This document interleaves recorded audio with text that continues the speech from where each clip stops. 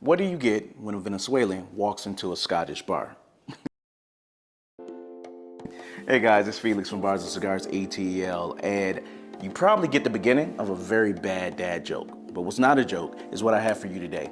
This is the Santa Teresa 1796 limited edition cask strength rum. Now, before we get into the details of why it's so special or limited edition, let me first tell you about Santa Teresa for those who may not delve into the rum space or just don't know a lot about the brand.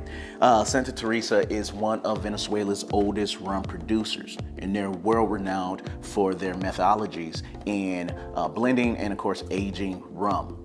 Now, this is their first time doing a limited edition release, and what they did was take their typical rum, which is 3 blends of well-aged rum, and then of course put those together.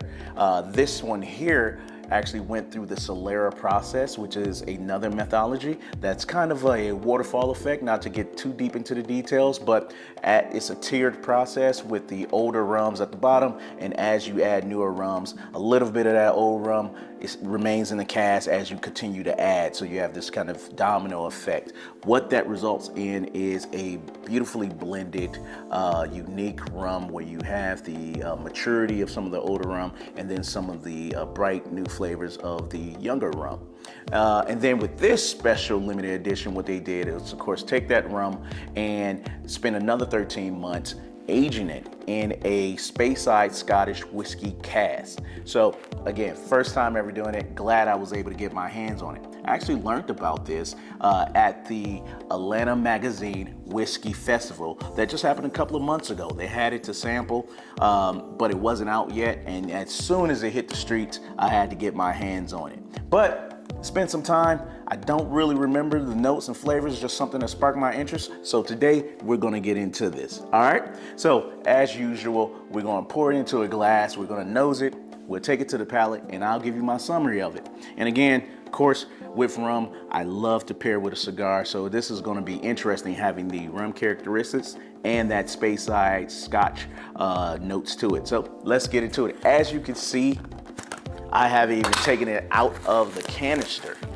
So this is definitely what you would consider a fresh pop, right? And again, this is their first time doing it.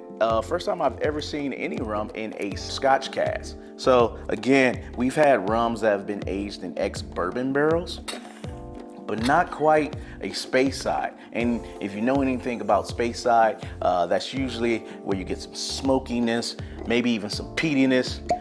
Ooh, nice pop. So I'll probably get that sweetness from the rum, and then I'm thinking that Scotch is gonna make itself present. But let's not waste any time. Let's get into it, as usual. We're gonna pour it into the Glencairn. I know that's typically for whiskey tastings, but I'm sure it works just as good for rum. Now, cask strength, this is coming in at only 92 proof. So again, for whiskey drinkers, this may be a little light, but it is cask strength. And again, I think with the play of the two castings, the rum and the Speyside Scotch, really interesting to get my hands on, or my palate. I want to take a note of the color. I think this, color-wise, looks the same as any rum, a little bit darker than maybe some of your younger rums, so you definitely get the age. You can see that color here. Very dark, very nice. As far as the texture on the glass, it has legs, so it's holding well, nice viscosity there. Really good thickness, which you usually don't have a problem with well-aged rums. They usually have some of that nice thick mouthfeel. So let's nose it.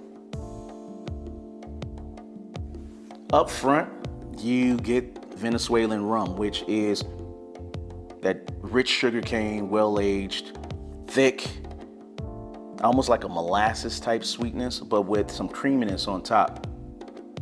So it's very sugary. Deep, rich, melted brown sugar. Just coming off of Thanksgiving, I'm thinking of candied yams, kind of that viscosity that's at the bottom of the pan, that thickness, that richness, but then that creaminess as well as the that sweet glaze kind of cascades over the yams. But you have that here on the nose. There's a little bit of maybe like a dark raisin bread cake, almost cakiness to it. Really good nose. Very dessert forward, but a very savory dessert, I would say. Really liking the nose. I think at the very back end, you may get a little bit of the Speyside notes. Just a pinch of additional smokiness. But it's in the back. It's behind the creaminess. It's behind the molasses. It's behind the brown sugar, the bacon spices, and it's just making itself present. Let's see if it's present on the palate.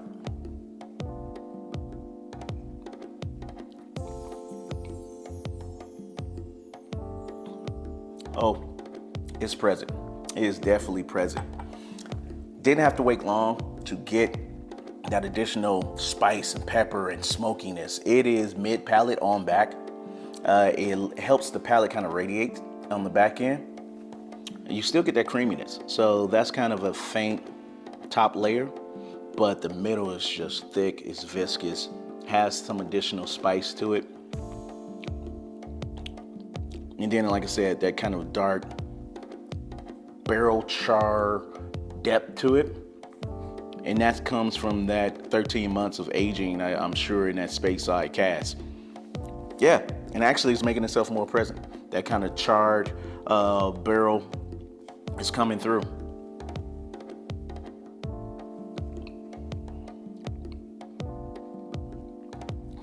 I do like the duality that you have here, where it's sweet, but it's savory. That's the best way to explain it, sweet and savory together in one glass, where one doesn't overpower the other, and that's really good. Of course, Speyside and Scotch can often, for a lot of people, just be overpowering. It can overtake anything that is finished in it or is blended with, but it doesn't do that here. The rum definitely is still the star of the show, but it does add that longevity, I would say, in the finish because of that. So unlike some, again, younger rums, it's like that, no finish. And for us bourbon drinkers, we like a nice finish. We like a nice hug. You actually get that in this rum. That is good. That is good. Kind of, just to kind of go back to those notes, and now that it's opening up, I got a few sips and acclimated my tongue. You definitely start off with cooked banana, molasses, brown sugar, and then like I mentioned before, mid palate is where that oomph starts to come in, some of that punch. Being cask strength, again, this is probably a nice strong rum that is great for whiskey drinkers and Scotch drinkers, of course. Again, it's not faint, it's not too, vanilla icing, not too much there, but it has enough strength to stand up, and of course, stand up against a cigar. So I think this, even though it doesn't say, cigar series or cigar cutter or anything of that nature, it does give a little bit more oomph for us cigar smokers and for us who typically pair our cigars with whiskey, Scotch, and other spirits that are a little higher in proof. I'm going in for one last sip.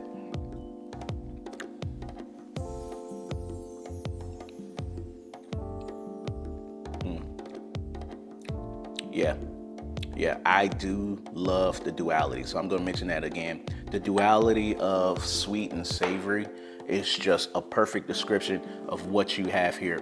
You get some fruit notes on the palate, but you get that char, that molasses, that depth that, again, a lot of rums just don't have. I like it. I think for those who typically don't drink rum and may do mostly whiskey, this is a great addition to your palate and to your bar. It gives you enough of that sweetness that is just the typical pairing with cigars, but it gives you enough strength as well to stand up against a cigar and to fall into the profile that you may be used to if you are a whiskey drinker. Price point is around the low 60s to the low 70s, but again, I don't know how much was produced, so it may be hard to find on the shelf, but it definitely won't put a dent in your wallet. This is a good one.